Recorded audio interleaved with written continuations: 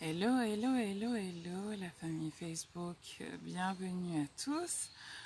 Pour celles et ceux qui ne me connaissent pas beaucoup, même si on est amis sur Facebook, hein, je me présente Clarisse Libinet, coach intuitive, médium et guérisseuse. Et je vous livre depuis maintenant 10 ans les secrets de la féminité divine. Aujourd'hui, je suis en direct avec vous.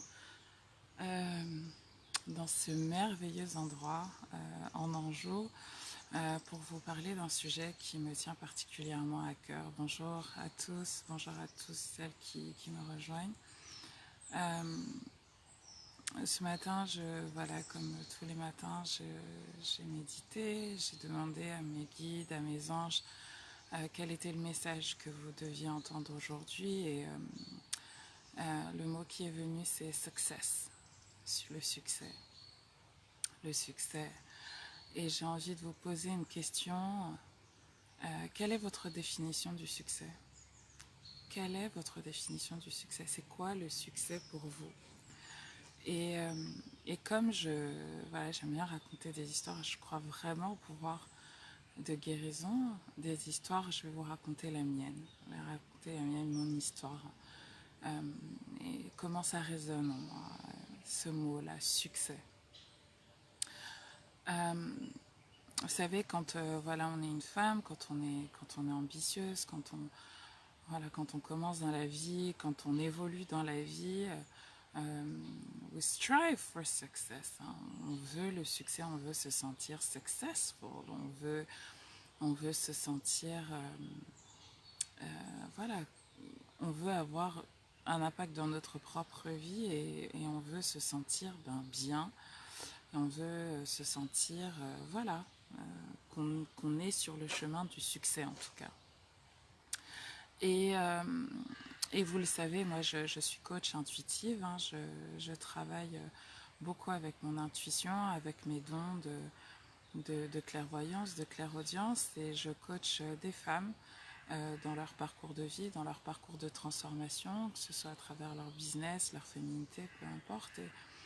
Et peu importe l'angle hein, avec lequel je travaille avec vous, je demande toujours, mais quelle est votre définition du succès? C'est quoi le succès pour toi? C'est quoi le succès pour toi? Et il y a deux choses que j'ai remarquées et qui sont valables aussi pour moi. Hein, c'est que notre définition du succès, elle évolue. Il y a deux phases dans nos vies. Deux phases dans nos vies. Il y a une première partie de notre vie où, en fait, notre définition du succès est beaucoup en rapport avec les autres, avec leur perception de nous. On fait les choses plus pour les autres que pour nous. C'est-à-dire que vous allez faire les choses par rapport à ce qu'on attend de vous.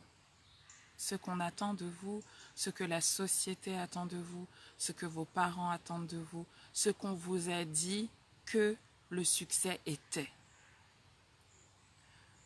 On est dans des sociétés où voilà, il y a une image du succès.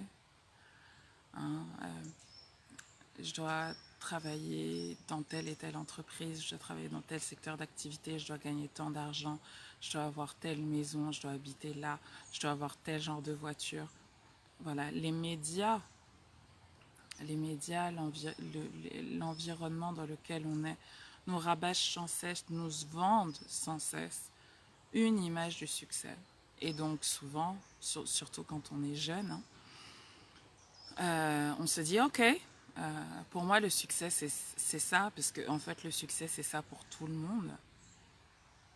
Et donc je vais aller tendre vers cette direction-là. C'est ça aussi le succès pour moi.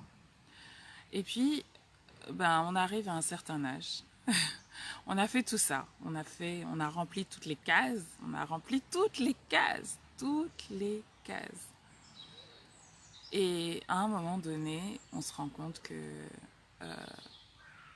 ben, en fait, ça me nourrit pas vraiment. Ça me nourrit pas. Ça me nourrit pas. J'ai la voiture, j'ai le gars, j'ai le chien, j'ai la maison, j'ai tout. Et je suis censée me sentir on top of everything. Et tu te rends compte que finalement, ben, c'était pas ce que toi tu voulais. C'était pas ta propre définition du succès. C'était pas toi. Ça correspondait pas forcément à tes valeurs à toi, à la personne que tu es toi, à ta personnalité. C'était pas basé sur tes forces. On t'a forcé à rentrer dans un carcan, dans un moule. Et moi, ça a été mon histoire. Hein. J'ai fait classe préparatoire aux grandes écoles, école de commerce. Euh, 24 ans, je gagnais. I was like, je gagnais très bien ma vie. Je peux même pas vous dire. Bon, je gagne plus, ouais, beaucoup plus maintenant, mais voilà, je venais de commencer ma carrière et j'étais déjà à 50K. Voilà, je sais pas, ça représente quoi, 5 000 € par mois, un truc comme ça.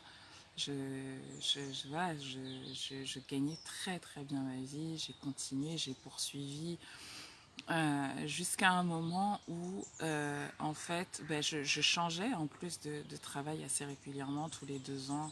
Fallait que j'ai un nouveau challenge, un nouveau succès and ben, il y a eu un moment de transformation dans ma vie. Le premier qui arrive souvent pour nous les femmes, c'est l'arrivée du premier enfant, où là tu commences à te poser des questions en fait. Tu te dis mais est-ce que c'est vraiment ce que je veux? Est-ce que c'est vraiment ce à quoi j'aspire? Est-ce que c'est vraiment la vie à laquelle j'aspire en fait? Est-ce que c'est vraiment ce que je veux? Et moi, je me suis dit non. En fait, le plus important pour moi, c'est pas ça. J'ai pas envie de passer mon temps à justifier de ma valeur auprès de mes boss. J'ai pas envie de passer mon temps à courir après le fric pour des actionnaires qui sont dans la Silicon Valley que je connais pas, qui ne me connaissent pas. Enfin, pour moi, tout ça n'a aucun sens. En plus, je vendais de la publicité sur Internet. T'es là, tu te dis, mais en fait, je vends du vent. Donc, grosse crise existentielle par rapport à mon avenir professionnel. Je me suis dit, mais enfin, non, ça va pas être possible. Je peux pas continuer sur ce chemin-là. I can't. It's not possible. Et donc en 2010, j'ai décidé de créer mon entreprise. Et ça a été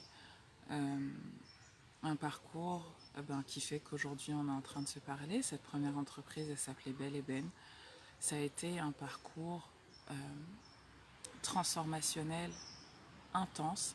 C'est pour ça que j'utilise l'entrepreneuriat et l'afroprenariat en particulier pour les femmes et que je relance ce programme-là, Afropreneuse, en ligne, parce que ça a été un parcours transformationnel intense. Là, et seulement là, je me suis dit, ok, qu'est-ce que tu veux? Qu'est-ce qui est important pour toi? quel, quel, quel, Tu fais ça pourquoi? Tu as envie de faire ça pourquoi? Il y a quoi derrière? Et donc, dans ce programme, et dans tous mes programmes, d'ailleurs Julie Mireille là me suit, et je la suis en coaching, dans tous mes programmes, je vous demande, au-delà de vos objectifs financiers, de votre relation à l'argent, je vous demande quelle femme vous voulez être, quelle est votre définition du succès. Et je fais pour ça, c'est tout un module, je vous fais faire plusieurs exercices, dont un que je partage avec vous maintenant. Je vais vous poser 3 questions. Il y en a 10 dans le questionnaire que je vous pose. Mais je vais vous poser 3 questions. Et prenez le temps, écoutez-les là maintenant. Et si vous avez la possibilité, de toute façon, vous aurez accès à cette vidéo plus tard. Elle sera disponible sur ma chaîne YouTube. Elle sera également disponible ici sur Facebook et puis sur mes autres pages, Clarisse Bénet, Femme Noire Guérison et autres. Je vais vous demander 3 questions donc. déjà, vous avez soif de quoi? Vous avez soif de quoi? Vous avez soif de quoi? C'est quoi qui vous... Wouh! Vous avez soif de quoi? Si vous me dites j'ai soif de rien, on doit travailler ensemble. Cela pour voir de manière holistique qu'est-ce qui se passe. Et ça, c'est souvent le signe d'une déprime, d'une dépression ou autre, et on peut travailler dessus. Il n'y a aucun souci. Aucun souci. Parce que quand on est éteinte là, quand on a ce feu à l'intérieur qui... On n'a plus envie de rien, ah, ça veut dire que notre feu créateur est éteint et on doit le réactiver, on doit voir pourquoi il est éteint. Je vous renvoie à mon programme Zen et Organisé où je vous donne tout pour faire ça, pour réactiver ce feu intérieur-là et pour remettre de l'ordre dans votre vie de manière vraiment holistique avec mind, body and spirit. L'autre chose, donc, vous avez soif de quoi? Prenez le temps, moi je vous dis, ayez un journal. Vous avez soif de quoi? Fermez les yeux et laissez votre cœur et votre tripes parler. Vous avez soif de quoi? Deuxième question, de quoi vous rêvez? Vous rêvez de quoi? La journée, là, vos rêves éveillés, c'est quoi? Vous rêvez de quoi? Vous avez envie de quoi? Vous avez envie de quoi? Vous avez envie de voyager? Vous avez envie de quoi? Vous avez envie de quoi? À quelle vie vous aspirez? Troisième question, vous avez envie, à votre mort, qu'on se souvienne de vous, pourquoi? Vous avez envie qu'on se souvienne de vous, pourquoi? Déjà, est-ce que vous avez envie qu'on se souvienne de vous? Et vous avez envie qu'on se souvienne de vous, pourquoi? Qu'on parle de vous en quels termes? Qu'on dise quoi de vous?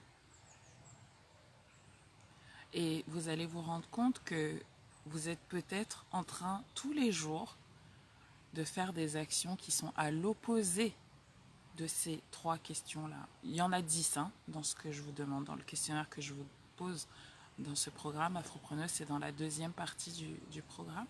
On travaille dessus au bout de 15 jours. Les 15 premiers jours sont dédiés à votre relation à l'argent.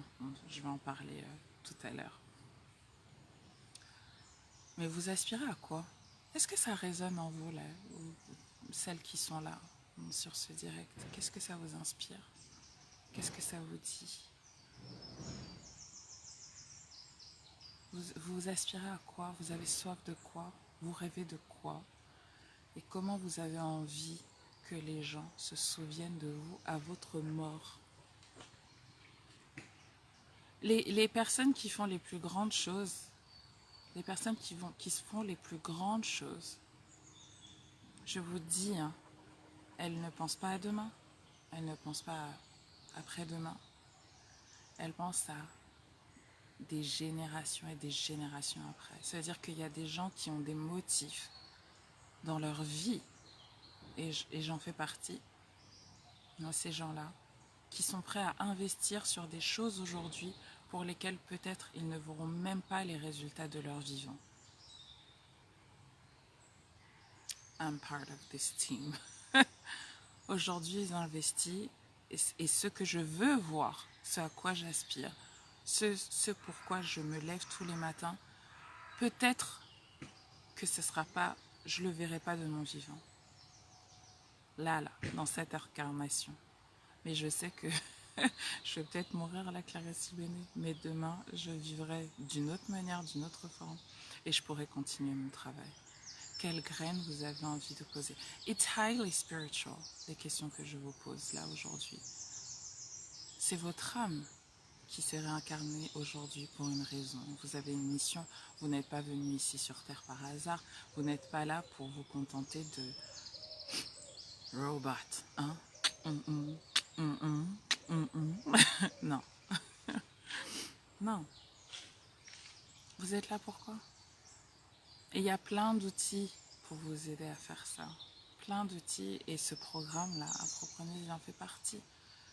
Je vous dis, c'est pas un programme qui est fait juste pour créer son entreprise et développer son entreprise. L'afroprenariat, entreprendre, c'est une transformation. La personne que vous étiez hier, ce ne sera pas la même personne que vous serez demain.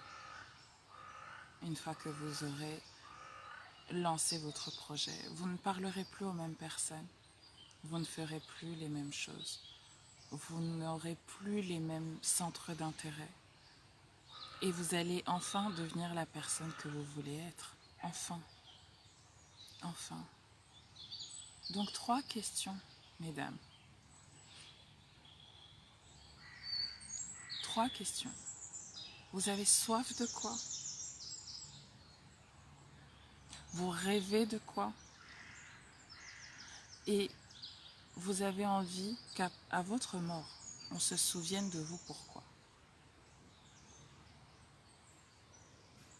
Et je vous le dis, c'est un travail. Entreprendre, c'est un chemin spirituel. C'est une épreuve de foi. C'est oser demander à Dieu, à l'univers, peu importe le nom que vous mettez derrière cette force en laquelle vous croyez, sinon vous ne seriez pas là. Osez demander vraiment ce à quoi vous aspirez. Vraiment. Et en ayant foi. En ayant foi dans le fait que vous allez le recevoir, que vous allez le faire, que vous allez le posséder, que vous allez être cette personne que vous aspirez à être au plus profond de vous. Et ça nécessite que vous travailliez sur vous, que vous travailliez sur vos peurs, sur vos croyances, sur vos pensées, sur toutes ces choses qu'on vous a mises dans la tête et qui ne sont pas vous. You were, c'est Erykah Badu qui a cette chanson-là, The Healer, et qui dit You don't have to believe everything you think. Everything you think. We've been programmed. Wake up. We miss you. Tu n'as pas à croire tout ce que tu penses. Tu n'as pas à croire tout ce que tu penses. Tu as été programmé. Réveille-toi. Tu nous manques. Déprogrammez-vous et reprogrammez-vous pour ce que vous voulez, ce que vous êtes. Bonjour à tous, à toutes celles qui m'ont rejoint sur son direct, que je vous invite à partager, à liker et à partager sur vos murs respectifs, parce que peut-être que vous, ça ne vous parle pas, mais ça parlera peut-être à quelqu'un de votre entourage qui a besoin d'écouter et d'entendre ça. La deuxième chose que je voulais parler, dont je voulais parler avec vous aujourd'hui sur Facebook, c'est je voulais vous parler de business. Parce qu'on va parler bien évidemment de business et je voulais vous raconter mon histoire business, mon aventure entrepreneuriale, vous donner mes conseils, mes méthodes, mes stratégies et autres dans ce programme Afropreneuse. Et aujourd'hui, peut-être que certaines d'entre vous qui sont ici sur Facebook avaient envie d'entreprendre. Je vais vous donner un conseil. N'entreprenez jamais, ne faites jamais, ne mélangez jamais business et amitié. Jamais. Never do this. Never do this. Il faut que vous fassiez un choix clair en fait. Soit la relation avec votre ami est précieuse, et dans ce cas-là, vous ne voulez pas la perdre. Et dans ce cas-là, don't mess business with friendship. Ne mélangez pas business et amitié. Mais si vous en avez rien à foutre, bon, si vous voulez prendre le risque, allez-y. J'ai pris ce risque 2 fois. Je ne le referai pas une 3e fois. J'ai pris ce risque 2 fois et 2 fois, ça s'est avéré être de très mauvaises décisions qui m'ont coûté des amitiés mais qui n'en étaient finalement pas trop. Donc ça a été une très bonne chose pour moi, ça m'a permis de faire le ménage dans ma vie. hein, certaines personnes qui n'y avaient plus leur place. Et je vous raconterai les détails tout à l'heure si ça vous intéresse, si vous avez des questions là-dessus. Si vous-même vous demandez est-ce que j'ai besoin d'un associé, est-ce que j'ai besoin, est-ce que je dois travailler seul, etc. En tout cas, moi je vous dis, ne mettez pas vos amis dans vos affaires. Ne mettez pas vos amis dans vos affaires. Et je vais vous raconter mon histoire. Quand j'ai ouvert ma boutique, Belle et Ben, je, au départ, je ne voulais pas en faire un magasin, je voulais en faire un atelier uniquement sur rendez-vous. Et comme je le dis souvent, j'ai été dépassée par le succès de l'entreprise et je n'ai pas posé mes limites. Donc j'ai ouvert le magasin, étendu les horaires d'ouverture qui ne matchaient plus avec ma vie de femme et ma vie de famille. Et donc il a fallu très rapidement que je recrute quelqu'un, alors que ce n'était pas du tout ce que je voulais. À ce moment-là, une amie de longue date, hein, que je connais depuis le CP, ouais, depuis la maternelle même, est revenue dans ma vie alors que je la voyais plus. Elle était partie vivre à l'étranger et elle est revenue en France sans le sou, sans taf, sans rien. Et elle vient, elle me dit ouais, moi je suis passionnée par la beauté, j'ai lancé ma chaîne YouTube, je suis en train de travailler dessus, etc. Si tu as besoin d'aide, Clarisse, n'hésite pas et tout. Et j'étais tellement like overwhelmed que je me suis dit ah tiens, c'est un signe de l'univers et en fait ben, c'est exactement ce dont j'avais besoin. Sauf que voilà, c'était les débuts de l'entreprise, je venais d'ouvrir le magasin et hello everyone, je venais d'ouvrir le magasin et en fait financièrement j'avais pas suffisamment prévu de budget pour recruter une personne à temps plein sur le magasin. Et donc, on s'est arrangé au départ. Et là, c'est un vrai conseil que je vous donne. Ne prenez jamais des gens au black, qu'ils soient vos amis, votre famille, peu importe. Never do black. Recrutez toujours les gens légalement parce que vous vous placez dans une situation de risque. Et ça, je l'ai vraiment appris à mes dépens. Donc, cette fille, on a commencé à travailler au black ensemble. Pendant quelques mois. Ça a duré pendant 4-5 mois. Et aujourd'hui, je peux vous en parler parce qu'on a signé un accord où, en fait, elle ne peut pas me réattaquer et l'État ne peut pas me réattaquer, mais je suis allée au prud'homme et on a dû faire un accord et je lui ai lâché beaucoup d'argent. Et je vous en parle vraiment de manière complètement ouverte pour que vraiment vous vous rendiez compte que vous ne devez ni travailler avec vos amis, ni vous mettre dans une situation où vous vous placez dans l'illégalité. Et partagez ce live avec beaucoup de gens autour de vous, beaucoup de personnes qui entreprennent. Je partagerai cette vidéo sur tous les groupes d'afropreneurs si vous êtes dessus. Partagez-la parce que c'est vraiment quelque chose que les gens doivent entendre. 1. Ne travaillez pas avec vos amis. Et 2. Ne faites pas de black. Ne faites pas de travail non déclaré. Ça, je vous le dis en toute, et je vais vous raconter toute mon histoire pour que vous vous rendiez compte de l'impact que ça peut avoir.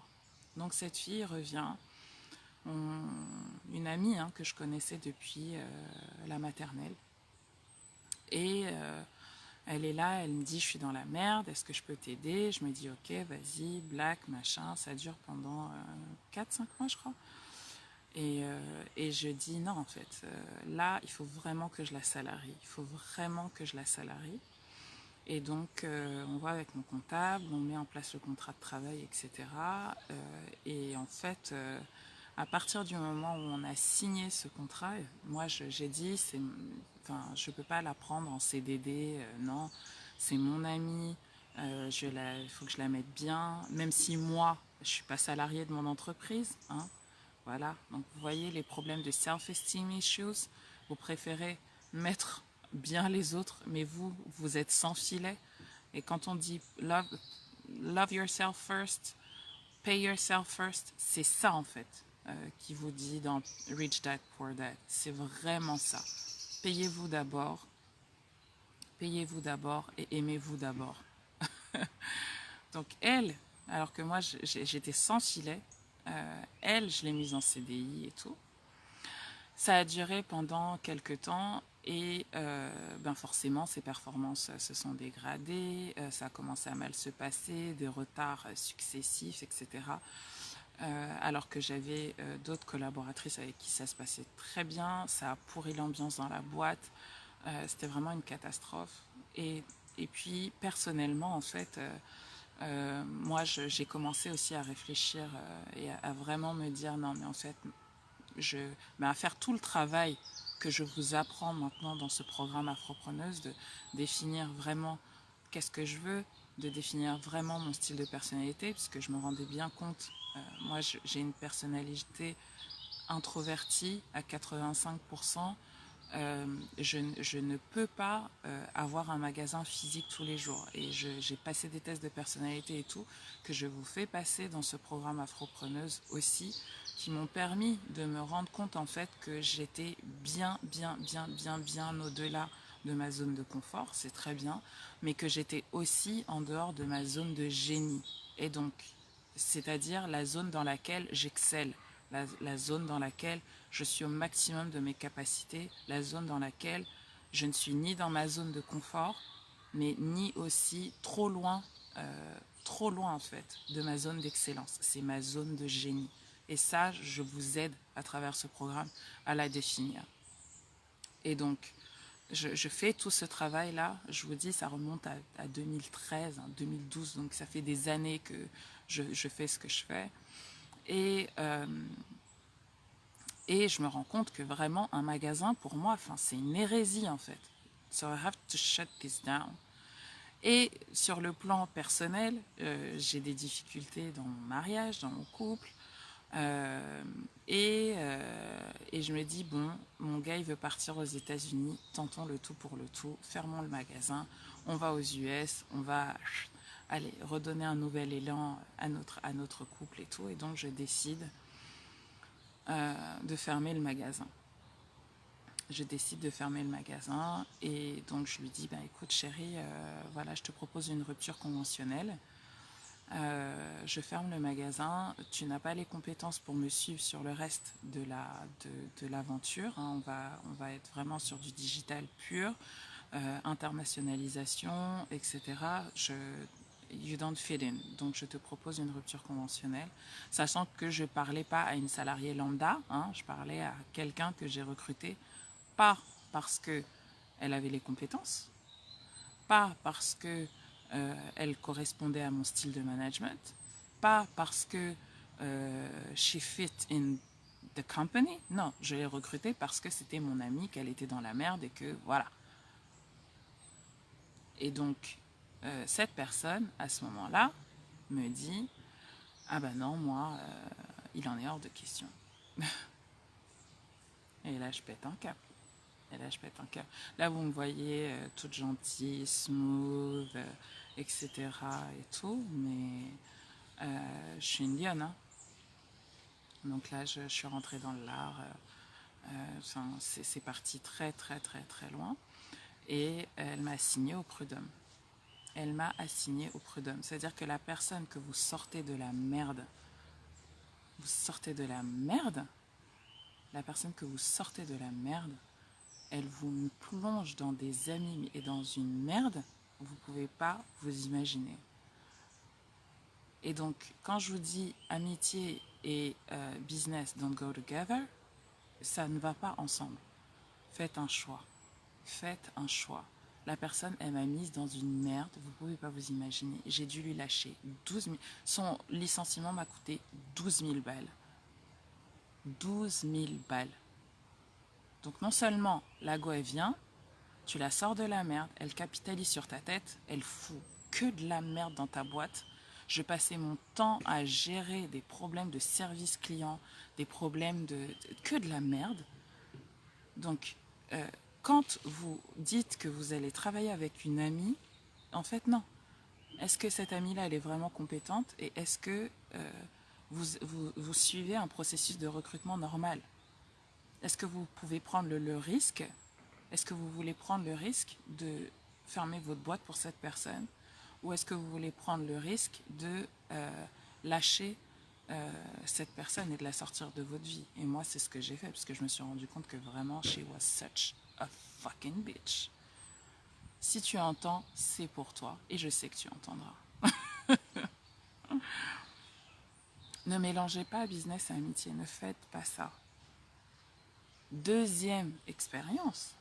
Donc tu te dis, voilà, non mais elle, c'était pas pareil parce que on se connaissait plus trop, machin, là, ça faisait des années qu'on s'était pas vu, ouais, bon, même si on se connaît depuis des années, ouais. Ok, now you're best friend. Oh my goodness. Et si tu entends, this is for you, because I know you're gonna hear it. Mais une horreur, une horreur, une horreur. Pareil, voilà, vous êtes amis et tout, et puis en fait, avec le recul, tu te rends compte que, ben non, la personne, elle est pareil, revenue dans ta vie quand elle t'a vu, là, dans le succès, sur les internets, à la télé, là, que tu lui sers de faire valoir, que en fait, dans l'amitié, en fait, elle est là pour se servir, qu'elle en a rien à foutre de comment tu vas, comment tu te sens, que elle est là que quand ça l'arrange. Et, euh, et donc, j'organise le summit, le premier summit, Afropreneur Summit. Et voilà, elle veut lancer sa boîte et tout. Je dis, ok, bon ben écoute, je vais te mettre dessus. Tu vas m'aider à organiser le truc. Mais laisse tomber. Vous le savez, moi je fais des événements depuis combien d'années? J'ai fait mon premier event en 2010, je crois. Voilà, vous voyez la Natural Air Academy, ce que c'est. Bon, ok. Maintenant, ton amie, elle vient hein, et elle se dit event planner. Ok, tu dis, tu vas la booster et tout, machin. Et moi, j'étais en plein dans le rush. J'étais en plus, surtout, en plein burn-out. Et donc, j'étais pas en pleine possession de mes moyens. Et elle est là, elle crée son truc avec son gars avec qui ça se passait pas bien. Je crois que voilà, ils voulaient créer cette entreprise pour voilà, redonner un second souffle à leur couple, etc. Et en fait, ben, qu'est-ce qui se passe? Ben, je reçois un devis, enfin c'est même pas un devis, une facture, mais une somme. I was like, what? J'ai halluciné. J'ai dit, mais attends, mais je rêve éveillé. Je rêve éveillé. Et vous voyez, quand vous vous sentez pas bien, au lieu de... En fait, vous avez du mal à dire certaines choses parce que vous n'avez pas envie de blesser votre ami, vous n'avez pas envie de... Donc, vous n'êtes pas, vous n'êtes pas vous-même. Et donc, ben, qu'est-ce qui se passe ben, je dis au départ, ok, I'm gonna pay. Et puis en fait, tu es là et il y a une partie de toi qui dit, mais chérie, mais ça va pas ou quoi? Mais depuis quand enfin, tu vas payer quoi? Combien? Mais elle a quoi comme... Et donc là, toutes les questions du processus de recrutement normal que tu devrais faire si tu devais passer par un prestataire extérieur. Mais quelle est sa réputation? Quel est son niveau d'expérience? Like, can she go? Can she do this? Can she do that? Non, tu te rends compte que tu as aimé la personne plus que tu t'es aimé toi-même. Tu as aimé le projet de la personne plus que tu t'es aimé toi-même parce que en fait, tu ne peux pas euh, dans l'amitié, c'est très difficile d'être à la fois with your body, your mind and your spirit. C'est très difficile. Très difficile. Tu as du mal à envoyer valser la personne. Tu peux pas dire non, en fait, je vais pas faire appel à toi. Tu vas pas, tu vois. Et donc, il y a des gens comme ça, soi-disant, c'est vos amis, mais en fait, non. Ils vous placent dans des situations où ils vous mettent dans un corner parce qu'ils connaissent vos failles. Et ils savent que vous ne pourrez pas leur dire non. Mais chérie, j'ai appris à dire non. Et j'ai appris à dire fuck. J'ai appris à dire non, j'ai appris à dire fuck. Et plus vous apprenez à accepter le non des autres, plus vous arrivez aussi à vous-même arriver à dire non. Donc, don't mess friendship with business. Vraiment, ne faites pas ça. Ne faites pas ça. N'engagez pas les gens au noir. Et l'amitié, c'est une chose, le business en est une autre. Si tu veux travailler avec ton ami, dans ce cas-là, sois dans un élan de générosité en fait. Mais fais un choix. Fais un choix. C'est vraiment le conseil que je voulais vous donner ce matin. Business and friendship don't go together. Nose up in job. Vous mettez, peu importe le dicton que vous mettez derrière. Et vraiment, je vous encourage à partager cette vidéo avec toutes les afropreneuses que vous connaissez, afropreneuses de maintenant, afropreneuses en devenir. Parce que c'est une erreur qu'on commet très souvent et qui cause des traumatismes professionnels chez nous, les femmes noires. Et chez beaucoup de femmes, hein, mais chez nous, les femmes noires en particulier, parce qu'on ne nous apprend pas à dire non. On ne nous apprend pas à dire non. On ne nous apprend pas à exprimer nos besoins. Dès que tu dis non, mais ça, je peux pas. Ah, t'es égoïste. Ah, ceci. Ah, cela. Ah, tu te la pètes. Ah, t'es une diva. Ah, tes trucs. Et toutes ces croyances-là sur lesquelles on va travailler dans ce programme, eh ben, elles rentrent dans ta tête, en fait. Elles rentrent dans ta tête et tu as du mal à t'en défaire. Ne mélangez pas amitié et business. Et je vous ai raconté 2 histoires ici et qui m'ont fait énormément de mal, qui m'ont traumatisée. C'est-à-dire, je me suis dit, mais comment est-ce possible? Like, tu te sens trahi, tu te sens utilisé, tu te sens... ça fait mal. J'ai pas d'autres mots. Et puis ensuite, tu t'en veux. Tu t'en veux. Tu te dis, mais merde. Comment j'ai pu me trahir autant? Alors que je sais que it's not a good thing. Tout le monde le dit. Pourquoi moi je... Pourquoi, pourquoi moi pourquoi, pourquoi je me suis trahie? Et là, on rentre dans le cœur de la transformation et de la guérison. Pourquoi je ne me suis pas écoutée? Pourquoi je me suis trahie? Je ne me suis pas écoutée, je me suis trahie parce que je ne sais pas faire autrement. Je ne sais pas faire autrement. Je ne savais pas faire autrement. On ne m'a pas appris à faire autrement. Hello everyone, bonjour Françoise. Je ne savais pas faire autrement. Et donc ce programme, il est là pour vous apprendre à faire autrement. À faire attention à vos pensées, à faire attention à vos émotions, à faire attention du coup aux actions que vous prenez. Chaque décision, et entreprendre, c'est une succession de décisions qui peut vous conduire soit au succès, soit à la ruine. Et on en revient au thème de ce live. What is your definition of success? Quand tu sais quelle est ta définition du succès, quand tu sais où est-ce que tu dois aller, quand tu sais ce que tu veux, pas pour les autres, hein, pas pour ce que les gens pensent de toi, pas pour l'image que tu renvoies aux autres, mais pour toi, pour ta mission, pour ton incarnation ici et maintenant, mais aussi pour tes futures vies, puisque tu sais bien hein, que tu n'es pas là juste pour une vie, mais qu'il y en aura plusieurs et plusieurs et plusieurs et plusieurs. Ben, tu sais que à quoi ça sert tout ça? Qu'est-ce que tu en as à faire de ce que les gens pensent de toi vraiment? Ah oui, ouais, non, il faut être la gentille fille, il faut être la gentille femme, il faut être la femme parfaite. On n'est pas parfaite. On n'est pas parfaite.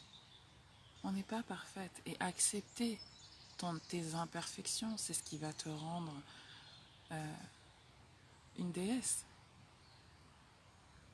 Accepter que tu n'es pas parfaite, c'est ce qui va te donner ta divinité. Accepter que tu ne peux pas tout faire, accepter que tu as des limites, accepter que tu as des besoins. La divinité, une divinité, Dieu, ok? Mais qu'est-ce qu'il dit? Il dit, if you want to mess with me, voilà les 10 commandements. Otherwise, out of my realm. If you want to mess with me, voici les 10 commandements. Otherwise, out of my realm. Dégage de mon royaume. Tu n'y as pas ta place. Vous, quels sont vos 10 commandements? Est-ce que vous les exprimez? Est-ce que vous les affichez haut et fort? Ou est-ce que vous avez peur qu'on vous dise que non, vous n'êtes pas ceci, cela, qu'on vous juge, etc. You want to embody spirit? You want to embody what it is. On vous dit, hein, vous êtes fait et faite à l'image de Dieu. Eh bien, acte accordingly. Quels sont vos 10 commandements? What are your rules? Dans votre business, dans votre vie, dans vos amitiés. Et ne dérogez pas à la règle. Il n'y a pas de... les règles, c'est les règles. Et alors vous dites, ah, mais non, faut peut-être que je fasse une exception. Eh, oh. Quand on veut faire une exception à la règle, il y a un tribunal. Il y a un tribunal. On prend le temps de réfléchir. On ne fait pas ça comme ça. On prend des témoins. Thérapies africaines, je vous le dis, it's a spiritual thing. Qu'est-ce que vous voulez? What's your definition of success? Ne mélangez pas amitié et business. Je vous avais promis cette vidéo.